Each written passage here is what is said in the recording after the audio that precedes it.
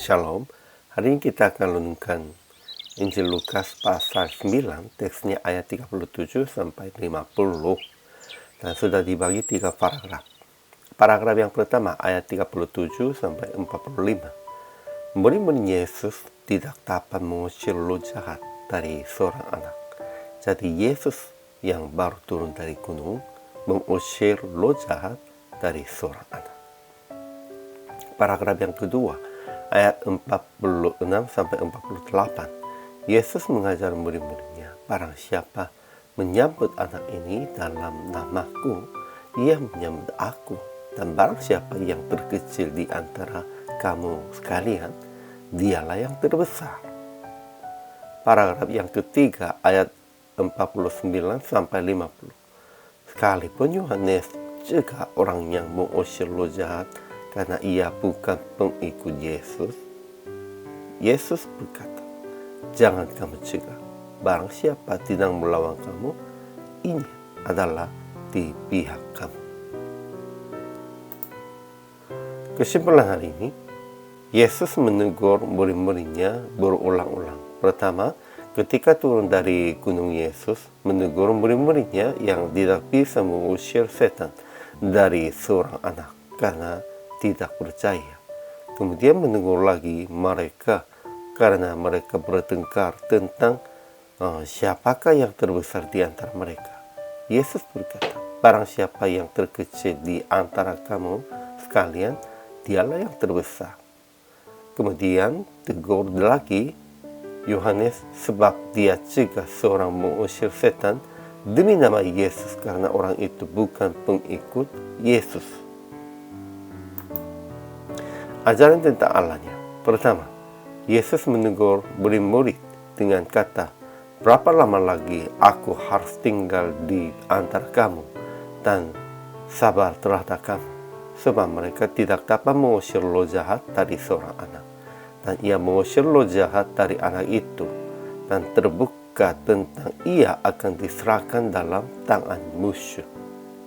Kedua, Yesus berkata kepada murid-muridnya akan menyambut seorang anak kecil, itu menyambut Yesus, dan yang menjadi terkecil dia akan menjadi terbesar. Ketiga, Yesus berkata akan jangan mencegah orang lain yang berbuat kehendak Tuhan sekalipun tidak mengikutinya.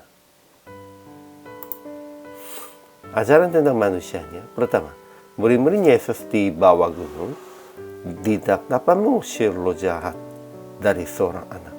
Dan ketika Yesus mengusir roh jahat dan berkata tentang akan diserahkan dalam tangan manusia, mereka tidak bertanya tentang arti itu sebab tidak berani. Kedua, murid-murid bertengkar tentang siapakah yang terbesar di antara mereka. Dan Yohanes juga seorang yang mengusir roh jahat dengan nama Yesus sebab dia tidak mengikutinya.